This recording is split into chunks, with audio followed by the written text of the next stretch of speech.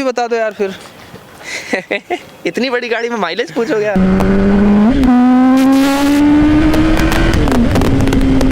तो ये मेरे पास है यामा YZF R1 का 2007 मॉडल, साथ में है यूज़र रेयान भाई। और रेयान को आपने देखा होगा, इनका चैनल है SR मोटो वर्ल्ड, बाइक्स के रिव्यू करते हैं, बहुत ही कमाल के रिव्यू करते हैं, तो वो भी आप चेकआउट कर सकते हो। और रेयान का ना इसमें लगभग 6 महीने का एक्सपीरियंस है। बहुत कुछ इस बाइक के बारे में आपको इस वीडियो में देखने को मिलेगा। और अभी क्या हो रहा है ना कि बाइक्स जितनी भी सुपर बाइक्स है उसमें स्कैम्स भी हमें देखने को मिल रहे हैं, तो उसके बारे में भी थोड़ा सा टच करेंगे, क्या कैसा चल रहा है और R1 का एक्सपीरियंस कैसा रहा यूज़र का, और सर्विस कॉस्ट कितना है। अगर आप एक R1 ओन करते हो या कोई भी सुपर बाइक ओन करते हो तो कितनी आपको सर्विस कॉस्ट पड़ने वाली है, सब कुछ देखेंगे इस वीडियो में, तो वीडियो एंड तक जरूर देखना। तो रेयान भाई, सबसे पहला क्वेश्चन मुझे आप ये बताओ, कितना टाइम हो गया इसको खरीदे हुए? 6 मंथ्स हो गए अभी इसको ओन करते हुए। 6 महीने से चला रहे हो? 6 महीने से चला रहे। और कितने किलोमीटर्स हो गए टोटल?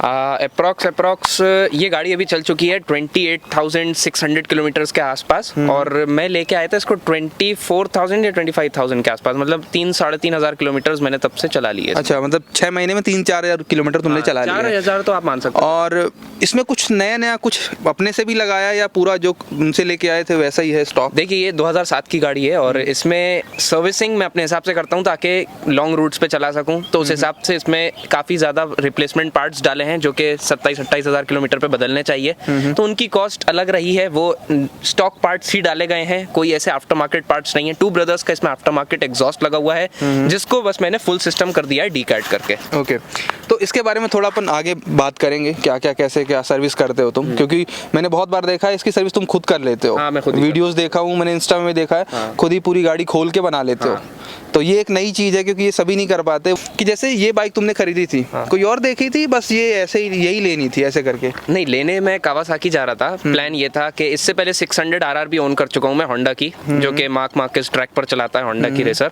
तो वो वहाँ पे कावासाकी लेने का मेरा प्लान था, Z800, लेकिन अनफॉर्चुनेटली वो प्लान ड्रॉप होके ये एकदम आ गई थी, तो ये आई सामने, तो बस मैं ये लेकर आ गया।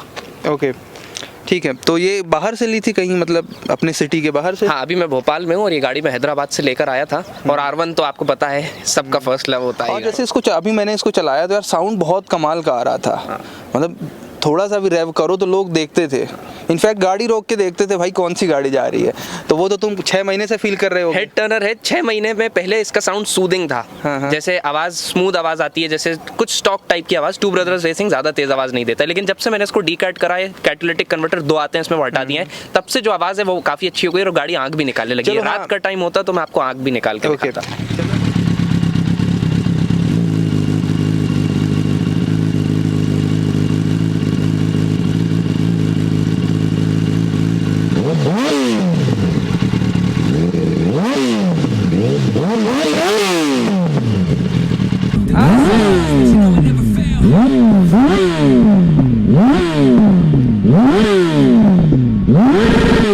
अभी तुमने एग्जॉस्ट के बारे में बात करी थी, तो सर्विस कॉस्ट के बारे में मुझे बता दो। मतलब जैसे अभी तुमने बोला खुद से सर्विस करते हो, तो कितने पैसे लगे होंगे तुम्हारे अभी तक बाइक खरीदने के बाद? खुद से सर्विस करने में मैंने जो आपको बताया कि गाड़ी जो है 2007 का मॉडल है, तो उसमें स्टॉक पार्ट्स काफ़ी ज़्यादा रिप्लेस हुए हैं, तो हम उसको जो है कैलकुलेट नहीं करेंगे, क्योंकि वो मेरे अपने पर्सनल ओपिनियन है। जैसे इग्निशन कॉइल्स हुई और फ्रंट शॉकर्स हुए। फ्रंट शॉकर्स में एक की स्प्रिंग जो है थोड़ी सी जो वीक हो गई थी, तो हमने दोनों ही शॉक्स ओरिजिनल नए डाल दिए इसमें। तो इस टाइप की चीज़ें हैं जो एक नॉर्मल आम आदमी इसमें चेंज नहीं करता है, तो हम इसको कैलकुलेट नहीं करेंगे। बट हाँ, अगर आप नॉर्मली इसकी जनरल सर्विस करते हैं हर 6-1 महीने में, तो आपको 10 से 15 हज़ार के बीच में जो है इसका खर्चा आना चाहिए। और अगर ज़्यादा चल चुकी है मोटरसाइकिल, तो वही इग्निशन कॉइल्स के 26-25 हज़ार आपके लग जाएंगे। हर 2 साल में इसकी बैटरी वीक हो जाती है, जो कि जापानीज ही डलती है, युवासा कंपनी की डलती है, YTZ10S, वो 10,500 रुपये की। एयर फिल्टर 9-1 हज़ार रुपये का KNN का डला हुआ है, ऑयल फिल्टर डला है और इंजन ऑयल डला है। That's it. कुछ ज़्यादा इतना मेन जो खर्चा है वो शॉक्स का था। अच्छा, मतलब नॉर्मल सर्विस 25,000 के अंदर हो जाएगी? 25,000 के अंदर हो जाएगी, अनलेस एंड अनटिल कोई आपका एक्स्ट्रा काम निकलता है, जो कि अलग से आपने कुछ डैमेज कर दिया है गाड़ी में, या आपने सही तरीके से राइड नहीं करी है। बाकी फ्यूल सिस्टम क्लीनिंग और ये सब चीज़ें तो आपको करते ही रहना है। ओके, अभी तक तुमने कितने पैसे लगाए अलग से? अलग से अगर आप खरीदने के बाद अलग से अगर आप बोलें तो पूरी गाड़ी अप टू डेट करने में, मतलब ऐसी कि चले शोरूम कंडीशन जैसी, तो ऐसे ही करने में मुझे अप्रॉक्स 1.5 तक लग गए, क्योंकि मेन जो कॉस्ट थी वो थी फ्रंट शॉक्स की। फ्रंट शॉक्स इसके काफ़ी महंगे आते हैं और फ्रंट शॉक्स मुझे कॉस्ट करे थे 90,000 के आसपास। ओके, ठीक है, मतलब आपने 1.5 लाख रुपए लगा दिए, 1.5 लाख रुपए लगा दिए। अब थोड़ा सा इसके परफॉर्मेंस के बारे में बात करते हैं, क्योंकि भाई ये 1000 सीसी की बाइक है और इसके बारे में परफॉर्मेंस की बात ना हो, मज़ा नहीं आएगा। मज़ा नहीं है। तो कितनी टॉप स्पीड चलाई तुमने इसमें? टॉप स्पीड मैंने अभी तक इसमें चलाई है 285 कहाँ चलाई भाई? चलाई है यहीं पर पास में रोड है, ये मत पूछो बस।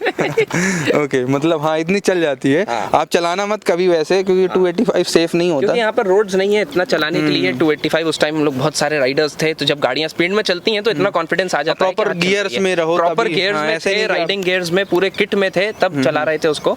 और मेन जो इसकी टॉप स्पीड है वो 310 312 तक चली जाती है। मीटर पे 299 के बाद मीटर ब्लैंक हो जाता है। अच्छा, फीचर्स में इसमें ABS वगैरह नहीं है ना? फीचर्स में, सेफ्टी फीचर्स में कुछ भी नहीं है। R1 जो इसके बाद वाली आई है cross plane model, cross plane में मोड्स आते हैं, आप मोड चेंज कर सकते हैं। इसमें मोड्स भी नहीं है, ABS भी नहीं है, ट्रैक्शन कंट्रोल नहीं है, व्हीली कंट्रोल नहीं है, कुछ भी नहीं है। मतलब जो हो आप हो, आपके हाथ में एक्सीलेटर है, जितनी मर्जी आपके रिस्क पर आप चलाओ गाड़ी। ब्रेक्स बता दो फिर, ब्रेक्स कैसे लगे इसके? ब्रेकिंग परफॉर्मेंस ऑब्वियसली अगर कंपनी ने इतनी भारी बाइक डिजाइन करी है इतना भागने के लिए, तो उसका ब्रेकिंग परफॉर्मेंस भी अच्छा है। ब्रेम्बो का इसमें मास्टर सिलेंडर डला हुआ है और बाकी ब्रेक्स के ब्रेक पैड्स मैंने नए डाले हैं जो कि मेड इन चेक रिपब्लिक हैं।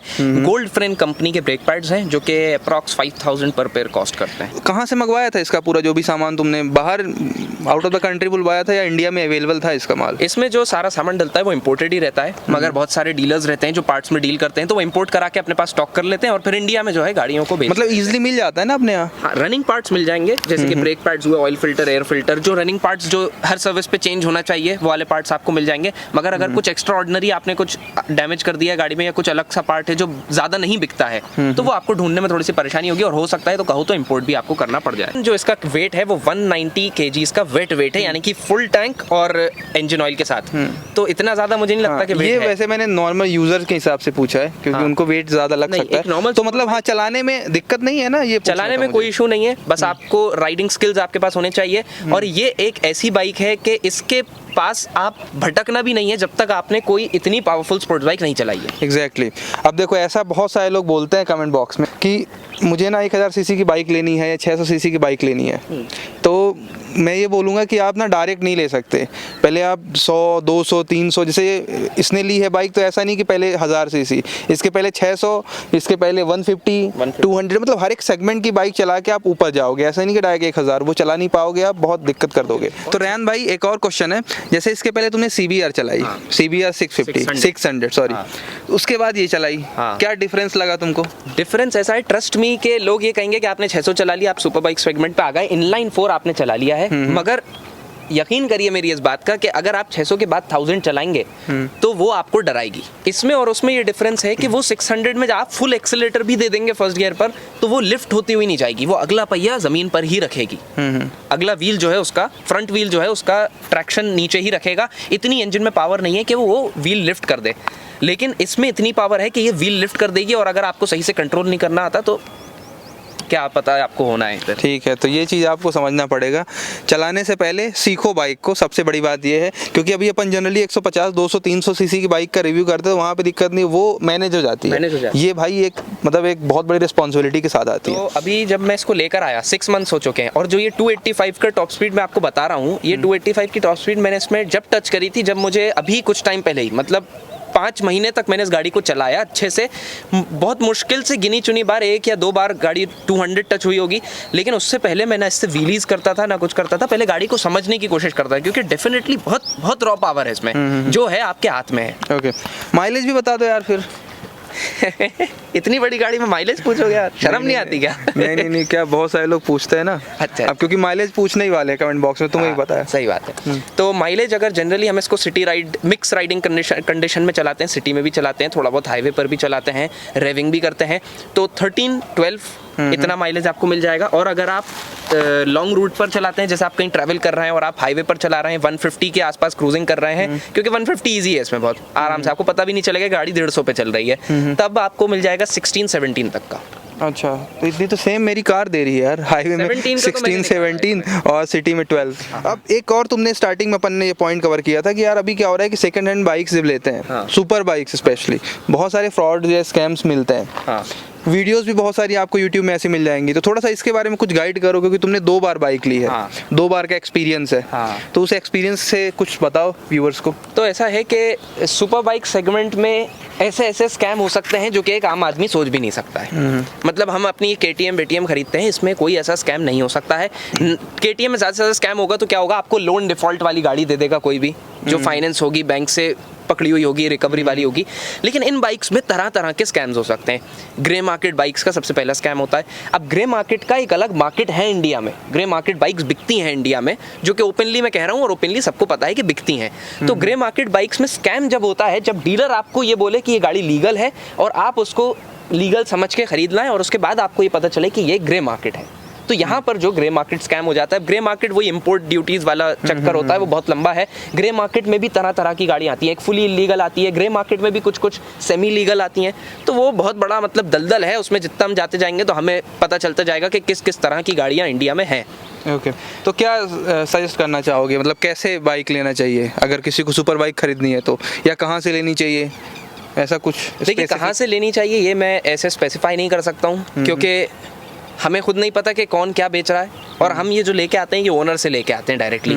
तो कोशिश करते हैं कि ओनर से लाएं, और अगर डीलर से लाते हैं तो इतना मुझे अपने ऊपर ट्रस्ट है कि मैं जो गाड़ी ला रहा हूँ मुझे पता है कि ये क्या है क्या नहीं है। वही बात है, पहली प्रेफरेंस हो कोई ओनर मिल जाए तो उनसे आप ले सकते हो, वहाँ पे स्कैम होने का चांसेस बहुत कम हो जाता है ना। सेकंड, अगर आप डीलर से ले रहे हो तो सारी चीज़ें चेक कर लो, जैसे पेपर्स वगैरह जो भी होते हैं ना, पहले आप अच्छे सर्च करो क्या क्या चेक करना चाहिए, सारी चीज़ चेक कर लो। वो अपन पॉइंट्स यहाँ पे कवर नहीं करेंगे क्या क्या चेक करना है, क्योंकि फिर वीडियो बहुत लेंदी हो जाएगा। पेपर्स भी होते हैं काफ़ी, कस्टम ड्यूटी के भी पेपर्स फेक भी बन जाते हैं, बहुत सारी चीज़ें होती हैं। मतलब मैं बता रहा हूँ कि वो दलदल है, आप उसमें जितना जाओगे नीचे आपको पता चलता जाएगा कि क्या क्या होता है। उसके बाद सुपर बाइक्स ऐसी होती हैं जो टेस्ट ड्राइव व्हीकल हुआ करती थी, वो अनरजिस्टर्ड हैं, अब रजिस्टर की जा रही हैं। कुछ ग्रे मार्केट बाइक्स थी जो अब लीगल बनाने की कोशिश की जा रही है। तो उस तरीके की बहुत सारे स्कैम्स जो हैं वो चलते हैं, और स्कैम तभी होता है जब कोई आपको बेवकूफ़ बना के बेचे। अगर कोई आपको बता के बेच रहा है कि भाई मैं आपको ग्रे मार्केट ही दे रहा हूँ, ये ग्रे मार्केट का रेट है, तो वो बिल्कुल लीगल है वो गाड़ी, फिर ठीक है आपके लिए जो आप प्रेफर करते हैं। तो एक तरीके से ये बोला जाए तो ये एक बड़ा टॉपिक बन सकता है, बहुत बड़ा टॉपिक, बहुत बड़ा टॉपिक है। अगर सबसे बड़ा सजेशन मेरे हिसाब से ये रखिए कि अगर आप सुपर बाइक लेने जा रहे हैं, हाथ में कैश है, तो खुशी में उथल पुथल होकर एकदम ना जाएं। किसी एक ऐसे बंदे को अपने साथ रखें जो कम से कम 5 से 6 बाइक्स ओन कर चुका है, चाहे वो ग्रे मार्केट्स हो चाहे वो लीगल्स हो। और ये पहली बार हो रहा है कि मैं किसी 1000 सीसी बाइक का यूज़र रिव्यू कर रहा हूँ, तो ये नया एक्सपीरियंस है व्यूअर्स के लिए भी, क्योंकि उन्होंने नहीं देखा होगा। इसके पहले हमने 650 का करा था एक बार बहुत पहले, तो अभी ये है। तो जो भी आपके कोई क्वेश्चन हो ना इस बाइक से रिलेटेड, वो भी आप कमेंट बॉक्स में चाहो तो पूछ सकते हो। कंफर्ट कैसा है इसका, जैसे सिटी में चलाते होगे तुम, हाँ। सिटी में कैसा लगा, मतलब मज़ा आता है या फिर? जब तक सोलो अपन चला रहे हैं तब तक मज़ा आ रहा है, जैसे ही पीछे को किसी को बिठा लिया तो पीछे जैसे ही कोई बैठता है तो एक वो मज़ा ख़त्म हो जाता है गाड़ी चलाने। कंफर्ट की बात करें तो पहली बार में अगर आप इसको चलाएंगे तो आपको ऐसा लगेगा कि अनकंफर्टेबल है, या आपके पाम्स में दर्द हो रहा है या शोल्डर्स में हिट कर रही है वो चीज़। मगर जैसे ही आप यूज टू हो जाएंगे, 100, 150, 200 किलोमीटर चला लेंगे, आपकी आदत पड़ जाएगी, तो उसके बाद आपको नहीं लगेगा। क्योंकि सिंगल रन में मैंने इसको 200-250 किलोमीटर भी चलाया है लगातार। अच्छा। तो उसमें मुझे पता नहीं चला। तो रेयान भाई, जैसे कि तुमने स्टार्टिंग में बोला था कि इसकी सर्विस तुम खुद करते हो, तो कैसे क्या करते हो यार, क्योंकि मुझे तो देख के समझ नहीं आ रहा है। वो सब यही पूछते हैं कि इतनी बड़ी बाइक है कैसे खोल दी। मतलब अगर मैं आपको इसका फोटो दिखा दूंगा तो आप कहोगे ये लगी नहीं रही कि ये मेरे घर में खड़ी हुई है। अच्छा। पूरी फेयरिंग निकली हुई थी, क्योंकि जब मैं सेकंड हैंड बाइक लेकर आता हूँ तो मेरा मोटिव ये रहता है कि मैं उसको अपने हिसाब का बनाऊँ, कि मैं अगर इससे उठा के वर्ल्ड टूर भी करने निकल जाऊँ तो ये गाड़ी कुछ बोले नहीं रास्ते में। अच्छा। मुझे ऐसा मतलब पूरी ओके अप टू डेट गाड़ी चाहिए रहती है, तो वो इसलिए मैं उसकी खुद ही सर्विस करता हूँ। और जो इंसान खुद सर्विस करता है उसको पता रहता है कि मुझे कहीं धोखा ना दे गाड़ी, तो मैं पूरी दिल से ही उसकी सर्विस करता हूँ। मतलब तुमने अभी तक बाहर एक भी सर्विस नहीं कराई? बाहर मैंने एक भी बार गाड़ी टच भी नहीं करवाई है बाहर। अच्छा। और जैसे अभी किसी के पास ऑलरेडी है या किसी को खरीदना है, उसको सर्विस को लेके प्रॉब्लम है, तो कहाँ पे करानी चाहिए तुम्हारे हिसाब से? देखिए, सर्विस का ऐसा है कि प्रॉपरली बता भी नहीं सकते। अब ये सर्विस में भी स्कैम्स होते हैं कि पार्ट्स आपकी गाड़ी के ओरिजिनल निकाल लिए, कोई दूसरी गाड़ी का आफ्टर मार्केट डाल दिया और वो ओरिजिनल पार्ट किसी को महंगे में बेच दिया। अब इस तरीके के स्कैम्स होते हैं। वो इसलिए बता रहा हूँ कि क्या होता है, ऑडियंस जो है वो नई है और उसको सुपर बाइक का क्रेज़ अभी जागा है इंडिया में एकदम से। और जब फाइनेंस पे लोग सुपर बाइक लेके आते हैं या कुछ भी करते हैं तो पैसा इंसान मेहनत से कमाता है, उसके बाद वो कमा के ऐसी चीज़ें, अब मैं ओपनली बोल देता हूँ, बहुत लोग मुझे गाली भी बकेंगे इस बात पे कि इन्होंने ये ग्रे मार्केट की बात बोल दी, इन्होंने ये बोल दी, पार्ट्स गायब हो जाते हैं। तो इस वजह से क्या है कि आप प्रेफर करें ऑथराइज सर्विस सेंटर में कराएं, और अगर नहीं है तो जो भी आपके यहाँ रेप्यूटेड आदमी हो जो करता हो सर्विस, उससे करवाएं। बड़ी सिटीज में आपको बहुत सारे मिल जाएंगे, ECM की ट्यूनिंग से लेकर 4 कॉइल सील चेंज करने तक सब चीज़ें आपको बड़ी सिटीज में, मेट्रो सिटीज में मिल जाएंगी। थोड़ा सा इसके फीचर्स के बारे में मुझे कुछ बताओ, क्योंकि फीचर्स यार इसमें पहले तो क्लस्टर के बारे में बताना, इसमें क्या क्या है, क्योंकि सेमी डिजिटल जैसा है, कुछ क्या क्या है इसमें वैसे। तो क्लस्टर इसका सेमी डिजिटल है और इसमें टैकोमीटर एनालॉग है जो पूरा फील देगा आपको चलाने का, और इसकी जो रेड लाइन है वो 14,000 14,500 RPM तक की है। तो मतलब इतनी हाई RPM की रेड लाइन ज़्यादातर मोटरसाइकिल्स नहीं करती हैं आपकी। और इसमें फीचर्स काफ़ी ज़्यादा हैं, इसमें सिलेंडर की सेटिंग्स भी हो जाती हैं कि आपको एयर फ्यूल मिक्सचर रेशो बढ़ाना है या नहीं इंस्ट्रूमेंट क्लस्टर से ही। इससे आप डायग्नोस कर सकते हैं कि गाड़ी में कौन सा फॉल्ट कोड आ रहा है इसी इंस्ट्रूमेंट क्लस्टर से, बिना कोई स्कैनर लगाए आपको पता चल जाएगा फॉल्ट कोड नंबर क्या है। और इसी इंस्ट्रूमेंट क्लस्टर से आप इनटेक एयर टेम्परेचर भी जान सकते हैं कि अगर आप कहीं बहुत ठंडी जगह पर हैं, बहुत गर्म जगह पर हैं, तो एक बटन दबाएंगे, उससे आपका एयर टेम्परेचर ही बता देगा कि हवा का टेम्परेचर कितना हो रहा है बाहर। तो कुछ इस तरीके के फीचर्स हैं। मतलब मैं ये नहीं कह सकता कि इस गाड़ी में फीचर्स की कमी है, हाँ ये कहूँगा कि आज के हिसाब से अगर हम लॉन्च कंट्रोल, व्हीली कंट्रोल, ये सब कम है। लेकिन जब मैंने इसको खोली तो मैं, आप ट्रस्ट करिए मुझ पे ये बात, मैं आपको बता रहा हूँ कि जब मैंने इसको खोली तो ये गाड़ी बेहद कॉम्प्लिकेटेड है अंदर से, और इसमें इतनी टेक्नोलॉजीज हैं कि हम आज के ज़माने में सोच भी नहीं सकते कि हमारी नई मोटरसाइकिल्स में आ रही होंगी। जो कि इंजन की टेक्नोलॉजीज की बात कर ली जाए, इसके टायर्स ना पीछे वाले मुझे बहुत वाइड लग रहे हैं, 190 मतलब इतने मोटे लगभग, आगे वाले 120 है, तो कितने के आते होंगे ये टायर्स का जो सेट है अप्रॉक्स 35, 36, 40,000 तक जाता है। मतलब 4 टायर में एक बाइक आ सकती है। किसको खरीदनी चाहिए, मतलब किसके लिए ये रिकमेंड करोगे तुम? देखिए ये वो लोग खरीद सकते हैं जिनको एक 1000 सीसी का फील चाहिए, और स्पेशली R1 वही लोग खरीदते हैं जिनकी R1 ड्रीम बाइक रही है। मतलब ये मैं बेसिक सी चीज़ बता रहा हूँ, एक हायाबुसा हुई और एक R1 हुई, ये 2 गाड़ियाँ लोगों की बहुत ड्रीम बाइक्स की लिस्ट में रहती हैं, बकेट लिस्ट में, कि ये हमें लेना ही है, चाहे कितनी बड़ी बड़ी S1000 आ जाए, ये आ जाए, वो आ जाए, मगर एक आध बार लोगों का एक शौक रहता है कि R1 ओन करनी है। और वैसे ही मेरा भी शौक रहा था, और R1 ओन करके भी काफ़ी अच्छा लगा, मज़ा आया। तो मेरा कहना यही है कि ले तो कोई भी सकता है, मगर बिगिनर राइडर्स के लिए बिल्कुल भी नहीं है। मतलब बिल्कुल किसी भी हाल में आप बिगिनर राइडर को ये गाड़ी दे ही नहीं सकते हैं, क्योंकि इसका थ्रॉटल है और आप हो, बस ये दोनों के बीच में कोई रुकावट नहीं है। तो आप जैसी मर्जी हो आप ऐसे चलाओगे। तो इसलिए एक मैच्योर राइडर रहे इसके लिए, ऐसा राइडर रहे जिसने पहले भी 1000 चलाई हैं या 600 तो चलाई हो गिरे से गिरे हाल में। और वो लोग तो बिल्कुल ही मत लें जो बिना हेलमेट के बाइक चलाते हैं। बिना हेलमेट के छपरी राइडिंग करना ही नहीं है। वो तो चप्पल में आप इसको चला नहीं सकते, क्योंकि गाड़ी हीट ऐसी करती है कि बिल्कुल वहां पर ग्रिलिंग हो जाएगी पैर पर। यहीं पे खत्म करते हैं वीडियो। कोई क्वेश्चन हो ना तो पूछ सकते हो भाई से कमेंट बॉक्स में।